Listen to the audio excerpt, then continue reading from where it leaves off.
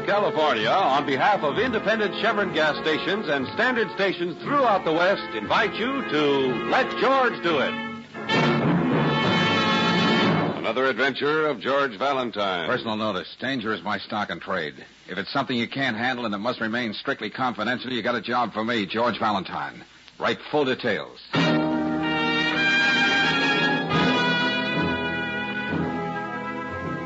Dear Mr. Valentine, I've worked very hard to get what I want out of life. A successful marriage. A husband who's highly respected in the community. Everything. Now, by one of her foolish whims, my own sister threatens to destroy all that. She's been missing for 2 days and must be found without any publicity. That's why I'm calling on you. Calling on you instead of the police. Phone me this afternoon when my husband is sure not to be here. Tuxedo Lake, 673. I'll be at your office any time you say. Signed, Edith Wilder. Tuxedo Lake, huh? Uh-huh. That little body of water's become very fashionable lately. Well, I don't want to sound grasping, George, but if the Wilders live on the exclusive island in Tuxedo Lake... Yeah, I know, Brooksy. The fee could be a thing of beauty. All right, call Mrs. Wilder for an appointment at the office tomorrow morning.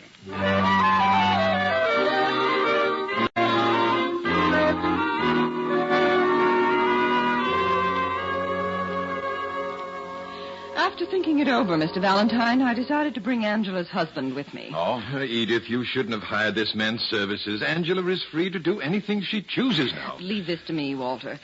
This is my sister's husband, Mr. Philliston. Mr. Philliston? How do you do? My assistant, Miss Brooks. How do you do? How do you do? Do you mind if she takes some notes? So far, I'm in the dark about this whole thing. Anytime you're ready. It'll take just a few not very pleasant words. Angela's disappeared again. This time, there's every reason to believe it'll cause a scandal none of us will ever live down. Oh, Edith. Mrs. Wilder, just how old is your sister? Well, she's 2 years younger than I am, 42. You'll get all the information you need, and I'm sure you'll know just how to proceed. You may as well tell him the whole truth, Edith, as long as you've gone this far. Walt. Do you want me to put all this down, George? No, Brooksy. I think we'll get to the point right now. Look, Mrs. Wilder, what about the whole truth? Oh, I wanted to avoid that. You see, Mr. Valentine, I'm Angela's third husband. Take it down from here, Brooksy. Right, George. The third man she's married through a matrimonial agency. And now corresponding with another man before she's even divorced from Walter. Oh, I see. No matter what happens, this must never come out. You don't know how people are out at Tuxedo Lake. Even if my own husband found this house... When I put the word confidential in my ad, Mrs. Wilder, I meant it. Now, Mr. Philliston, are you sure your wife was corresponding with another man? Yes, I found a letter from him and his picture in a bureau drawer. I tore it up right in front of her face and threw it in the fire. Well, that wasn't very smart. It might have helped you get a divorce without paying through the nose. Oh, I realize that now. What do you mean by that? Last Monday, I had lunch with Angela. She said she'd settle for $20,000 in cash in our house on Tuxedo Island. And you mean you just shelled out $20,000 like that? Yes, that same afternoon. It seemed the easiest way. She threatened to sue me for desertion if I left her and take all the money I have if she took me to court and tied up my contracts. And I'm a builder, you know, and it would cost me much more than that. I just want you to bring Angela back here before she causes a scandal that will wreck all our lives. Mr. Philliston, would you recognize the man in that picture if you ever saw him? I can't be sure. I suppose so. I was so upset I don't even remember the name if there was one. George, don't you think we ought to get the name of that marriage club? I ought to know that. That's the way I met her. It's the Selby Friendship Club. Meet your companion for life. The important thing is this, Mr. Valentine. Walter is staying with me and my husband on the island. So far, we only told Richard that Angela is off visiting some friends. It must remain that way. Okay, I'll do my best. You'd better give me the keys to your place, Philliston. Maybe I can pick up a lead there. Here you are. That's that. When a woman is just over 40, well over 60... This is no time for you to feel sorry for yourself, Walter. Here, Brooksy, take these keys. I'll meet you on the landing at Tuxedo Lake in a couple of hours. Then we'll go over to Mr. Philliston's house. Okay, George. Well, what are you going to do, Mr. Valentine? Pay a visit to the Selby Friendship Club. See what I can find out about Angela's unknown suitor.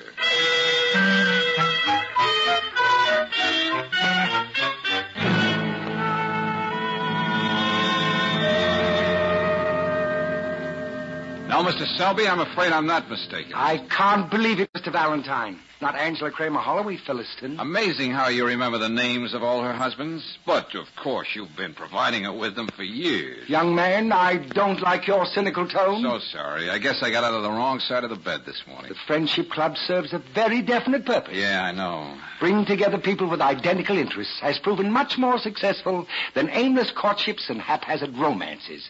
Our motto is meet your companion for life.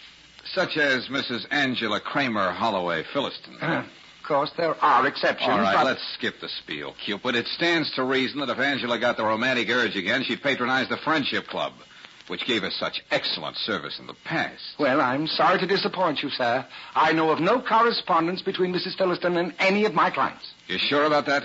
In fact, Mr. Valentine, I tore up Angela's card in our files. After a year, I assumed she was blissfully united with that nice elderly Mr. Philistine. Well, don't get a nervous breakdown, friend. You can always type another card. Now, look, you put out a bulletin, don't you, listing the different eager beavers bent on matrimony? Yes, indeed, once every month. Well, if I could get a hold of your latest bulletin, maybe Mr. Philistine could spot the man he saw in that letter. Unfortunately, the new bulletin won't be off the press at the Bixby printers for another week. Then I shall be glad to let you see one. Thanks a lot. Oh, don't mention it. But if you think I'm just one of those fly-by-night marriage bureaus, you're sadly mistaken. I've spent 30 years bringing together people who thought they didn't have a soulmate in the world. Goodbye, Mr. Selby.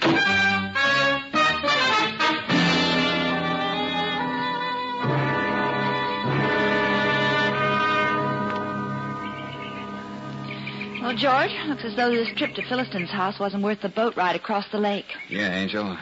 Everything neat as a pin inside there.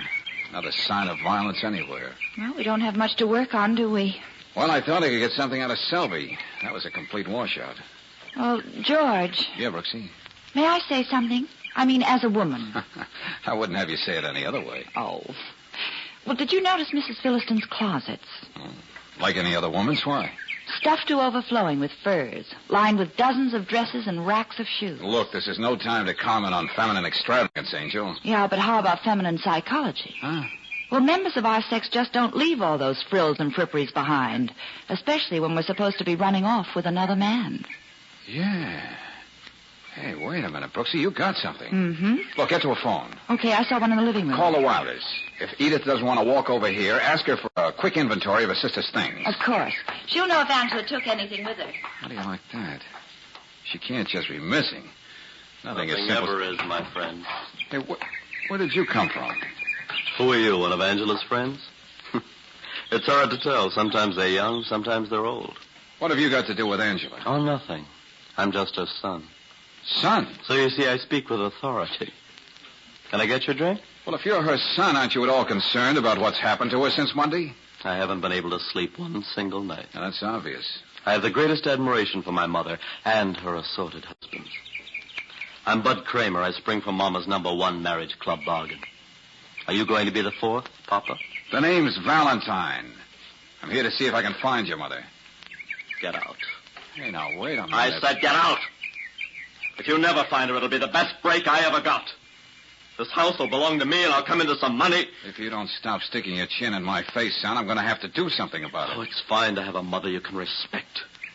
You know, you can always help her with her letters when she decides it's time for another husband. Well, didn't you hear me? Get out of here! Let's not be a problem, huh? Let go of my arm.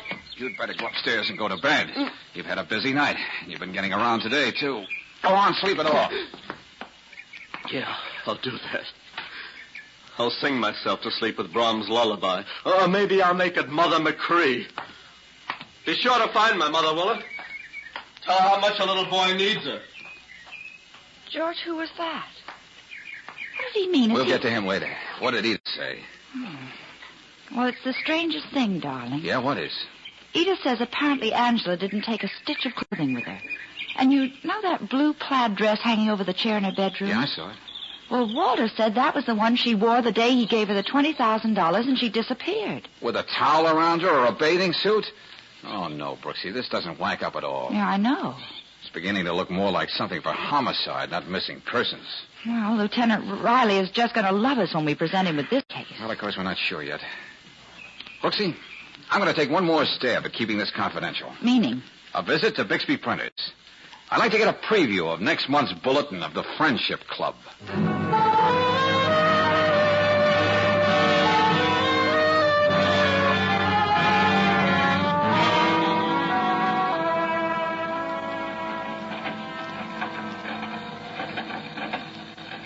I know Selby's bulletin hasn't come out yet, Mr. Bixby, but could I take a look at the advance proofs? Well, I suppose I could do that for you. They're right over here. Oh, we'll have them back in the morning. We just want someone to take a look at.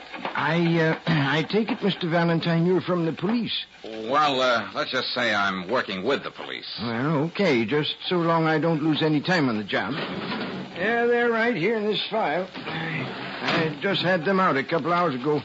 Selby called up and wanted something ripped out before he went to press. Oh. George, that would be after you talked to him. Okay, I know. Look, Bixby, have you got that part Selby wanted left out? Was there a picture of a man in it? No, as I remember it was the listing of a lady. She must have changed her mind. Happens all the time. Sent the picture back to Mr. Selby by messenger.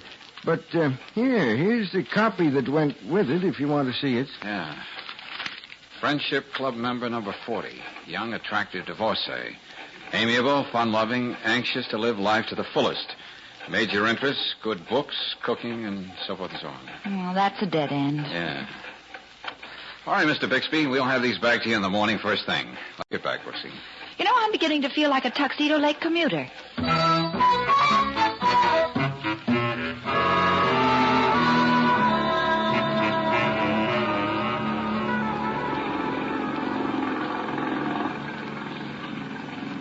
It's all very well to be exclusive, George, but I'd hate to make this trip to the island every time I came home late. Yeah, it is kind of dark, Angel. But that green light way up ahead, that's the Philistine dock.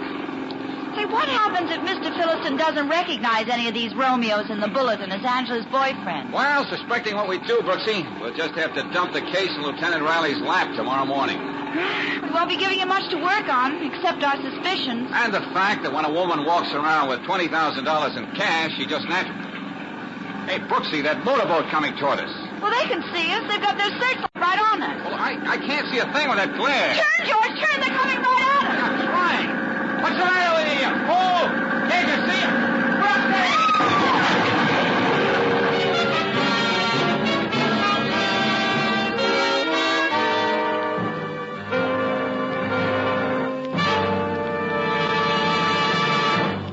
We'll return to tonight's adventure of George Valentine in just a moment.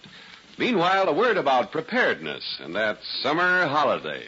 If you're planning a vacation trip with the family car, here's a suggestion from a whole group of service folks, the men at standard stations and at independent Chevron gas stations. As soon as you can, stop in, and they'll be glad to give your car a troubleshooting vacation check. It's no fun to be way out in the middle of nowhere with a broken fan belt or sparkless spark plugs or a radiator that wants to be a geyser. To guard against that kind of mishap on your vacation, get a bumper-to-bumper inspection before you leave. Comes the day you're ready to start out, make sure your car has its two best highway friends, Chevron Supreme Gasoline and RPM Motor Oil. Wherever your vacation takes you in the West, just keep in mind that the men at independent Chevron gas stations and standard stations say and mean, we'll take better care of your car.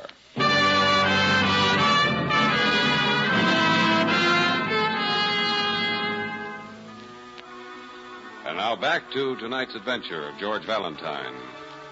A small outboard motorboat heading toward the island in Tuxedo Lake. Suddenly, out of the darkness roars a powerful motorboat, its searchlight blinding George and Claire. A sudden, terrifying crash as the boat upsets, leaving its shaken occupants to struggle ashore. And now, a few minutes later, in front of the fireplace in the Philistine home, George and Claire are trying to puzzle out just what they might have stumbled on in this strange case of Angela Philistine. Angela, still married but corresponding with a matrimonial club, and now missing for days. Oh, George, this fire feels wonderful. Yeah, it sure does. Well, there's one thing sure.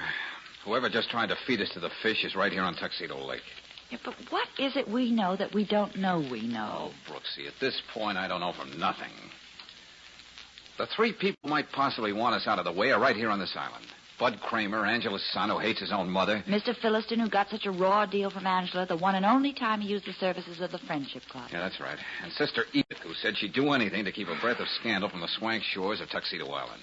All this doesn't exactly give you a comfortable feeling, does it? Brooksy, before we see Lieutenant Riley in the morning, we're going to check every boat tied up around this lake.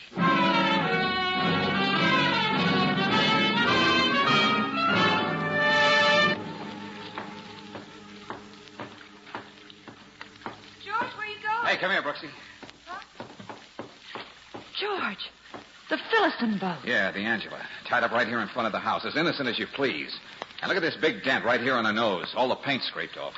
Well, it looks more and more like it has to be one of those three. Yeah. Hey, What the? there's somebody out there in the lake, George. Oh, what a night. Just hope whoever was using this boat tonight left the keys in it.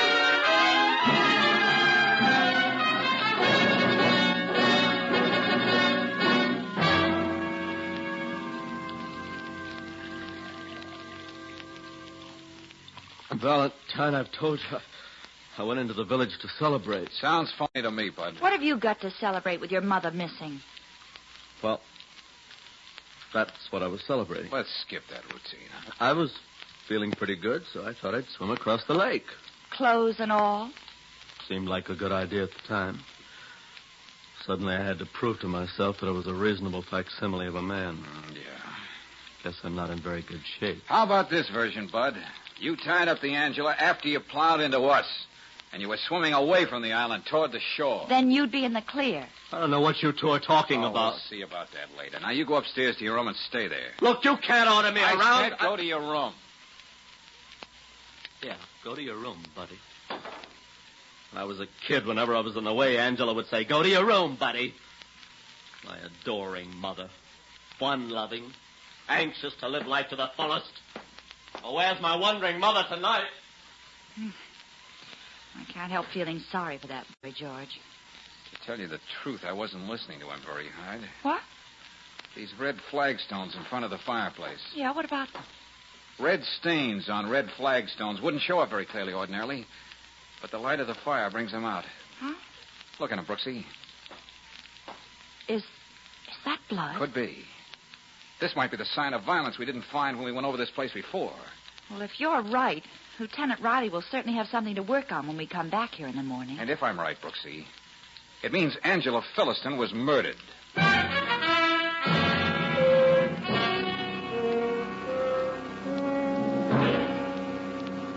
All right, Valentine. Where are these bloodstains you dragged me out here to see? But, George, they're gone. Wait a minute, what is this? Someone scrubbed these flagstones clean during the night. You don't say. Oh, what a metal midget I turned out to be. I should have stayed right here while you went back to town, Brooksy. But how could anybody know what we found? Oh, well, at least I'm bright enough to know the answer to that one. Somebody knew every move we made last night. Ah! Stop sounding like a bead picture. Next, you'll be talking about trap doors and hidden passages. Oh, that's not fair, Lieutenant I Riley. get dragged out of bed. I bring the best men in the department out here with me. They dredge the lake, and all they're coming up with is some undernourished trout. All right, Riley. Give me a chance to think, will you? Hayes here. Look at him. One of the best men in our lab, crawling around on his knees like a charwoman, looking for something that isn't here. I'll be through here in a minute, Lieutenant. Oh, I can't thank you enough for that bracing, invigorating trip across the lake, Valentine, but I've got better things to do with my time. Lieutenant, somebody tried to run us down on the lake last night, and he was using Philistine's boat. Yeah. Lieutenant, Yeah, what is it, Hayes? these red particles between the cracks in the floor here. They might mean something. All right, be careful with those, Hayes. Very careful. Got them in this bottle. You want to initial the label, Lieutenant, in case we ever need it for evidence? Yeah, sure. But just remember this, Valentine. If this proves to be ketchup from the weenie roast they had in this fireplace, I'll... So help me, I'll do it. What do you say we wait and see, Lieutenant? It may not be ketchup at all. Just barbecue sauce. The kind that's too hot to handle.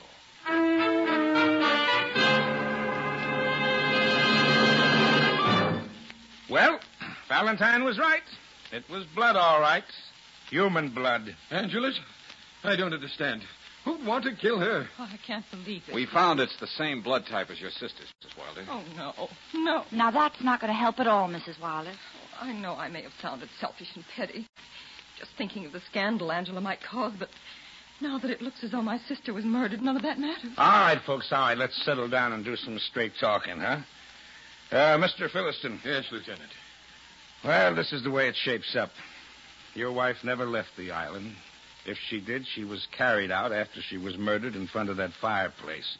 And we'll find the body if we have to dig up every inch around Tuxedo Lake. Lieutenant, I admit I wanted to hate Angela when I found out what she was doing. but I'll give everything I own to find the man who killed her. Mr. Valentine, you were trying to track down the man Angela was corresponding with. What did you find out at that friendship club? I did have some pictures for Mr. Philliston to identify. But they're all at the bottom of the lake now. Yes, very convenient. About the $20,000, Mr. Philliston, that you were supposed to have given your wife. No, what about it? We checked into all of your accounts. There's no record of any withdrawal like that. Well, I took that money out of a safe deposit box. Well, that's not where most people keep that much money, is it, Mr. Philliston? Oh, no, but being in the building game, it pays to be able to put your hands on ready cash. All right, that's your story. How I know what you're thinking, but you're wrong. Maybe it was foolish to resort to a marriage club, but I was lonely. She never brought me any happiness, but I never heard Angela. Well, we're going to stay right here at headquarters because we got a lot of things to talk about. I'm still checking on Bud Kramer's story. All he does is prattle about his amiable, fun-loving mother. Oh, he's still at it, huh? Look, Brooksy. Yes, George. You stick right here. Lieutenant, you don't mind if I duck out for a few minutes, do you? Oh, I won't waste time asking you why. Oh, but I'll tell you. There's a little angle to this case I overlooked. But I'm going to take care of it right now.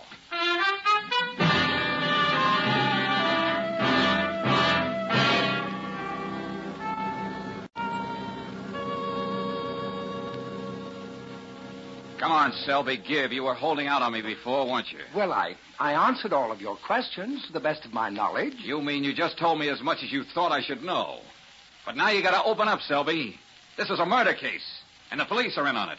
Oh, dear. Well, come on, give. All right. You understand, I had to think of my business, what it might sound like if Angela's disappearance ever got into the papers. You know Never mind that, Cupid. Get to the point. Yes, of course.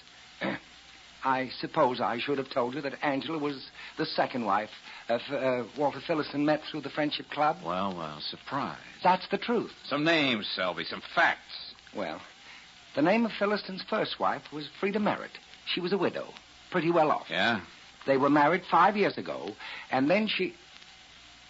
Then what? She was out alone fishing about 2 years ago. Her boat turned over, and she was drowned. But it was an accident, Mr. Valentine. The police said it was. Uh-huh. Better get your hat, Selby. Why, where are we going? Police headquarters. I want you to repeat that story to Lieutenant Riley. I think we found the answer to just what's been happening over there on Tuxedo Island.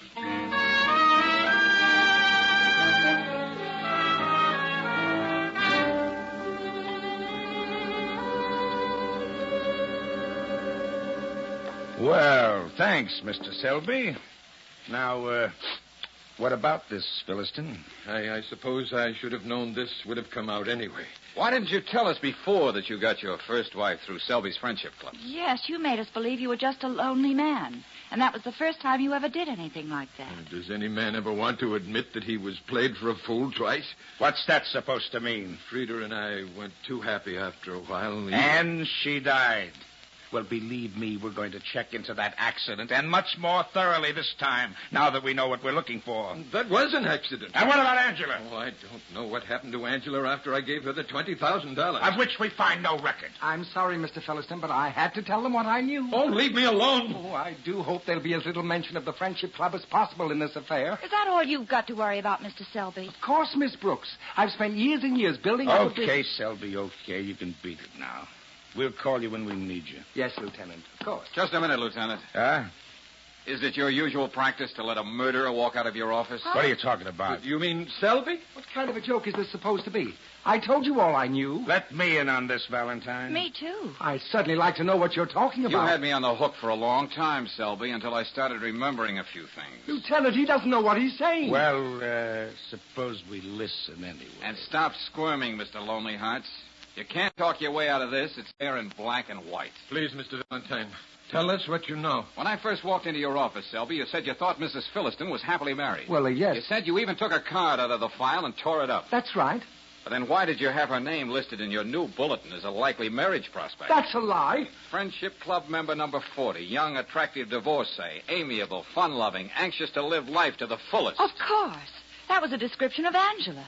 We never thought of it because we were looking for a man. Those are the same words her son keeps repeating like a drunken parrot. Words he could never forget, because they were the ones Angela always used when she was looking for a new husband. That's the same way she described herself in the ad I answered. Lieutenant, you don't Save believe... it, Cupid. You just ran your business too well. And that's what's going to hang you.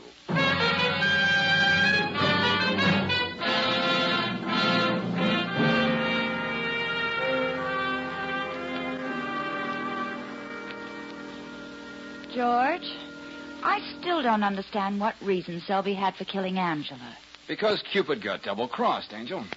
Double-crossed? Yep. According to Riley, Selby had quite a little racket on the side. Like Angela, for instance. Oh? He saw she was getting restless with a man so much older than herself. I see. So why not get a nice fat settlement from the old boy? The Friendship Club can always come up with a new husband. They would have split that $20,000, Brooksy. But when she said, no go, and if you do anything about it, I'll go to the police, he killed her and buried her body. Selby didn't miss a trick, did he? Even to using Phillistone's boat to run us down. Well, he knew what the police would think when they learned about how he married the first Mrs. Phillistone and how she died. Which, by the way, was an accident. Oh, darling, I'm so glad that we met in a nice, normal way. Oh, yeah. A USO canteen. Yeah, I remember. You were one of the hostesses. Yeah. You walked up and said demurely, "What about it, soldier? Dance?" Oh, yeah. Wasn't it beautiful? Yeah. And then I said, And that was that. After all, no girl could resist such a pretty compliment.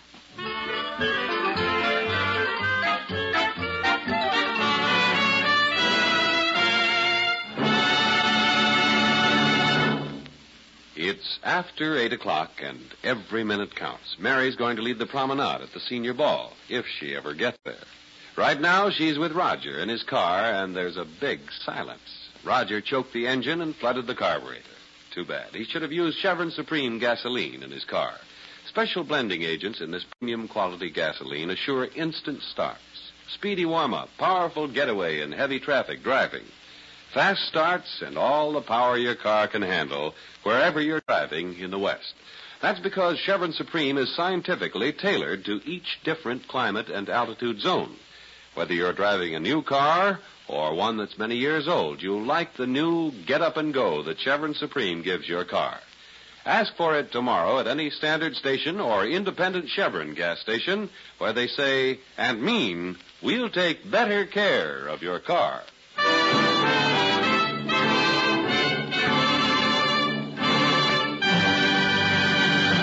Next week, when you tune our way for another adventure of George Valentine, you'll hear... Oh, Mr. Dimmick. What was that? One of the many voices of darkness that echo through the tunnel of love. Now, calm yourself, Claire. But what's that up ahead? Yeah, what is that dim light, Dimmick? Seems to be coming from the wall of the tunnel. It looks like a man. Maybe he's in trouble. You better hurry. Patience. We can travel only as fast as the water flows through the tunnel. It's like fate carrying us. That man's got a gun in his hand. And pointed right at us. Down on the boat, everybody. That guy means business.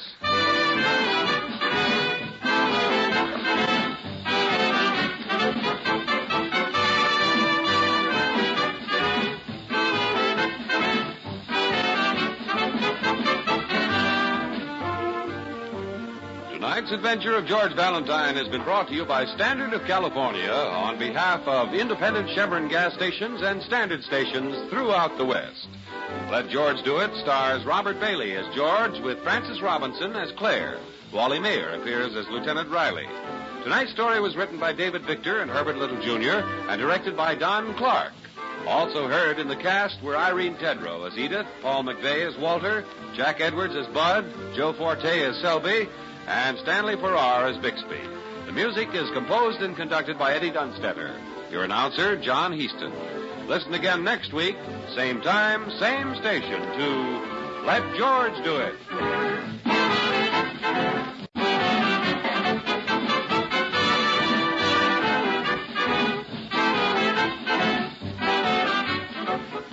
This is the Mutual Don Lee Broadcasting System.